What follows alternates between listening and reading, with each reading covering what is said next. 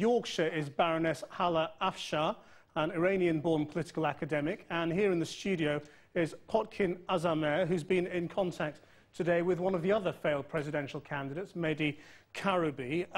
Potkin Azarmehr first. I mean, is there any doubt in your mind that these results represent anything other than a fix? This is just beyond contempt. If I say it was outrageous, it's just an understatement.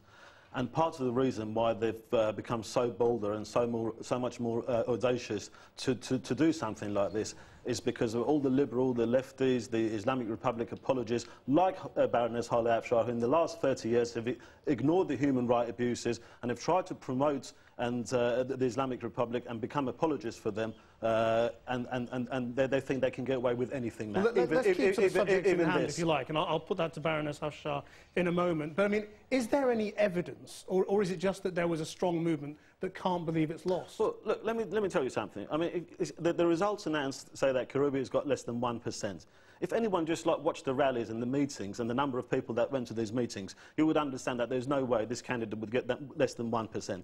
The speed with which they did the counting, I mean, this year the participation was around about 85% because so many people were enticed to vote, to come and vote, so they can choose something between bad and worse, right? How could they have counted it so quickly, quicker than previous occasions? The fact that so many candidates' representatives were not allowed to go as monitors in the election booths, in the polling stations.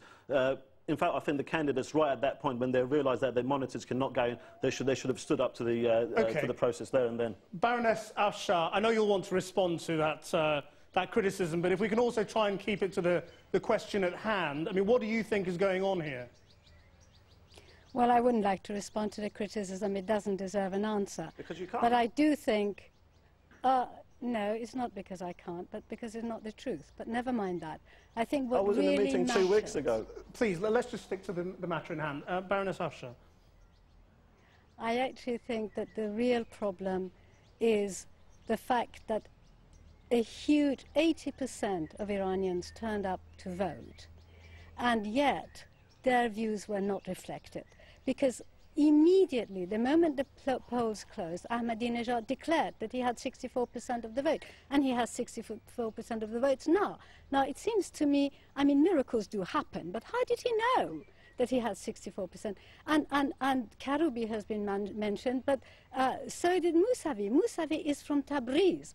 And how is it possible that he didn't win in Tabriz? In fact, he lost quite conclusively. It seems to me that they are clamping down, and this is a real pity, because the one thing that you could say about the Iranian revolution from the beginning of the elections was that nobody ever knew what the outcomes of elections would be. Okay. And on occasions, when the candidates were not good enough, people didn't turn up, which is how Ahmadinejad got elected. But suddenly and miraculously, he knows the answers. Okay, Mr. Azarmehr, what do you think is going to happen? I mean, how far will these protests go?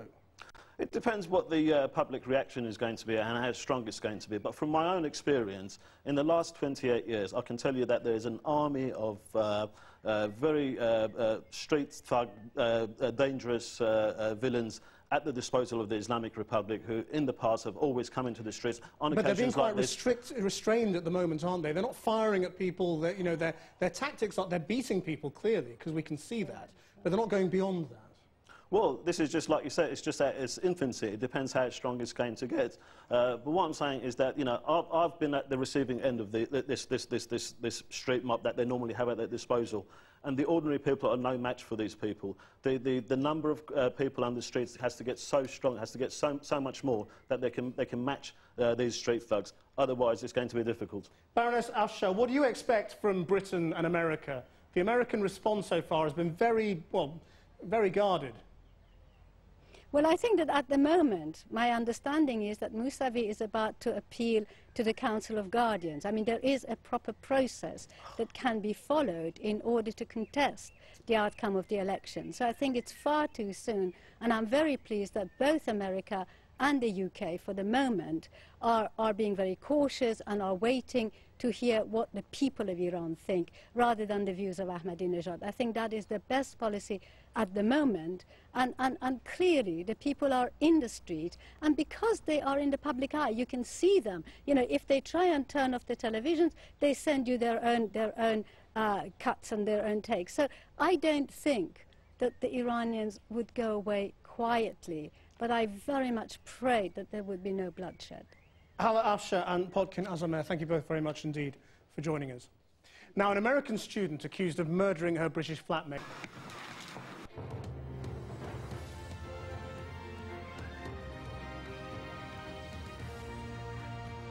A shooting was also heard in 3 districts of northern Tehran after Friday's election, which divided the country. I'm Stephen Cole. And I'm Barbara Serra. You're watching Al Jazeera live from London. The violence in Tehran erupted after Ahmadinejad's defeated opponent, Mir Hossein Mousavi, appeared in public for the first time since the election. Iranian authorities respond to the unrest by prohibiting access to some internet and phone services.